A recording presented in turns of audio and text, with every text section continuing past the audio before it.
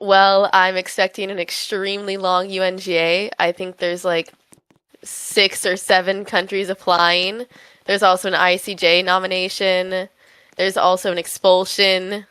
There's a ton of stuff on the agenda today, so I'm expecting a really long day. What are you expecting this UNGA?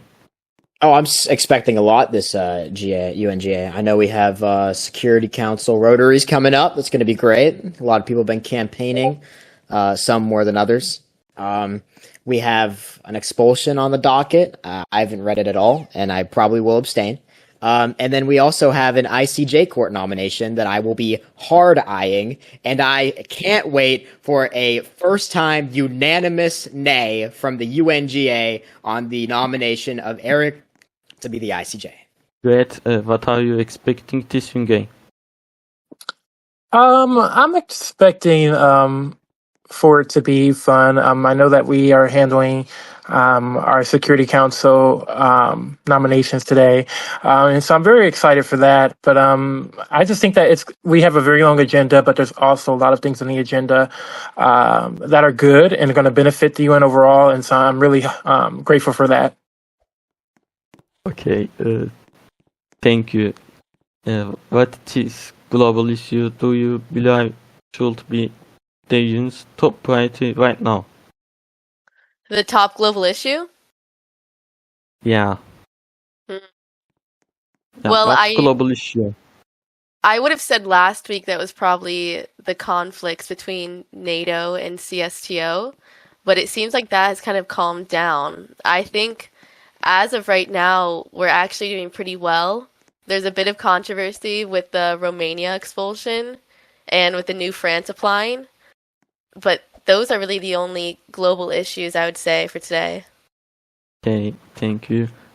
Okay, second question is what global issue do you believe should be the UN's top priority right now?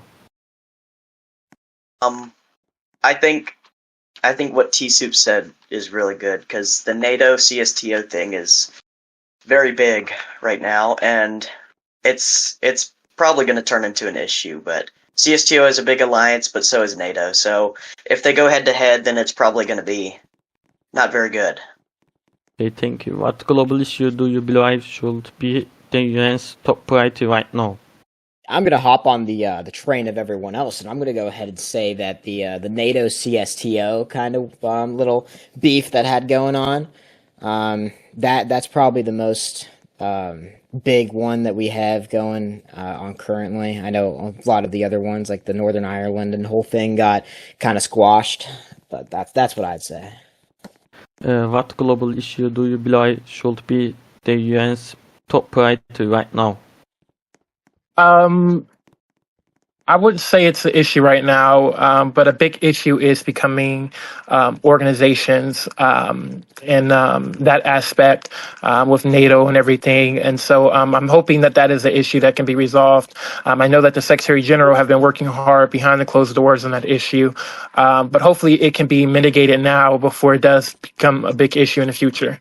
The third question is, how is your country supporting other countries around the UN? Our country is doing pretty well. We have a perfect attendance at UNGA. We've got a new prime minister as of a week ago, and a new MOFA as well. So Kazakhstan is doing great. I see. How is your country supporting other countries around the UN? Well, we are providing a lot of stuff for some of our allies, and not even our allies. We are providing stuff like better. We can give money. We give money to some people who are very nice to us. We also give military support, and we just show up. I mean, some nations just fail to show up, but we show up. So I think that's a great thing for China. How is your country supporting other countries around the UN? Yeah, so we have a lot of deals that we're looking like. Shout out to Syria. We're working on an oil deal with Syria. Shout out to Canada. We're working on some relations in Canada. My boy Sapper. We've been in constant contact. You know what I'm saying? The Organization of American States, the United States just got into, and we are looking forward to kind of working with them. I have my ambassador to the Americas. He's very excited. So we have a lot going on. We're going to continue to keep building relations and supporting other countries in the UN. How is your country supporting other countries around the UN? Well, excitingly enough, since our relaunch, this is our first General Assembly that we're back at since our relaunch, and so we're happy to be back a part of the conversations and to represent our nation very proudly here in the General Assembly setting. And so we're very grateful, and we're hoping to work with countries and other nations within the United Nations, of course, as we get our relaunch and everything back together. And we're just excited. We're just excited for that to be back on the international stage. Thank you. We are now on cultural questions. What is your biggest cultural flex of your country? My biggest flex. In the UN, I would say it's probably our perfect attendance. We usually have a huge delegation. We're always here. We're always speaking. Y'all never get enough of Kazakhstan. So just our presence. Biggest cultural flex of your country? Biggest culture flex? Of your country. Well, I think the biggest culture flex is very, very, like, you can just see, like, let me do a spin. I mean, I am all decked out in China stuff. I mean, I think a big culture flex is that I can wear this with pride and nobody questions me. Okay. What is your biggest cultural flex of your country? Oh, oh, there's so much. There's so much that I can think of. But culture flex from the United States, I gotta say, I gotta say a good New York steak. Yeah. That's a Okay. culture. Yep. What is your biggest cultural flex of your country? I would say our biggest flex is our culture. Our culture is very unique. We were very open about it. We talk about it. And, you know, our culture is everything to us. And so I think since we embrace such great culture within our nation, that is definitely something that I would say is our biggest flex, is us being able to be a diverse and a culture-led type of nation. Yeah. And last question is, what food from your country would win over your others? What food? What food from your country would win over your others? Well, I think one of the craziest Kazakh foods is probably Fantasoup says it right. I can't, but it's a horse meat dish. That's pretty popular, but I'm vegetarian. I see. Okay. What food from your country would win over your others? Like, what is your food? Best food? Something.